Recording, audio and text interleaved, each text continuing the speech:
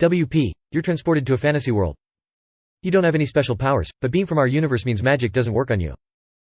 At all. The evil wizard is really confused. Have you ever wondered what dying magic tastes like? Smells like? I'm a man who knows. The peasants were lucky. In hindsight, this world was not one of wonder or charity. Magic did not seem to sustain their fields or their flocks. They toiled in the dirt while magic both built and destroyed the towers of empire above them. Occasionally, stones fell. Occasionally, they burned. Collateral damage was my world's term for it. It's funny what changes, and what doesn't. When one of them found me in their barn, it was only my strange clothing that spared me a pitchfork to the belly. It was mayfly finery, richly dyed, with hints of a crown's gleam at the waist. That was something every peasant understood. Fear flashed in his eyes, and for a moment the language barrier meant nothing. I knew he was calling for the mob, but I also knew I was safe, so long as I made no foolish mistakes.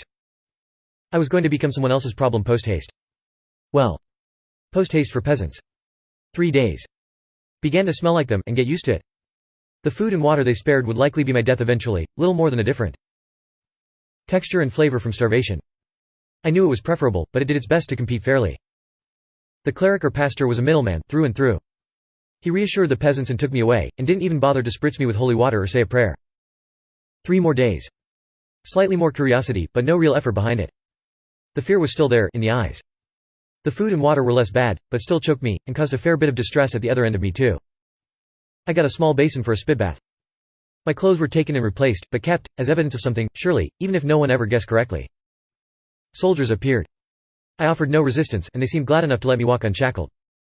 To the grim obsidian tower we went, and then up. I was dead on my feet halfway, spurred only by the looming threat of violence. The man on the crystal skull throne was not impressed, at first. He made an effort to communicate, and quickly discovered the problem of language. A shuffling servant brought him a tome, and I startled when I realized it was not exactly human, or not exactly alive, or some combination of the two. The man was amused. His slight smile was wicked. The spell failed. That's what it was, of course, a spell.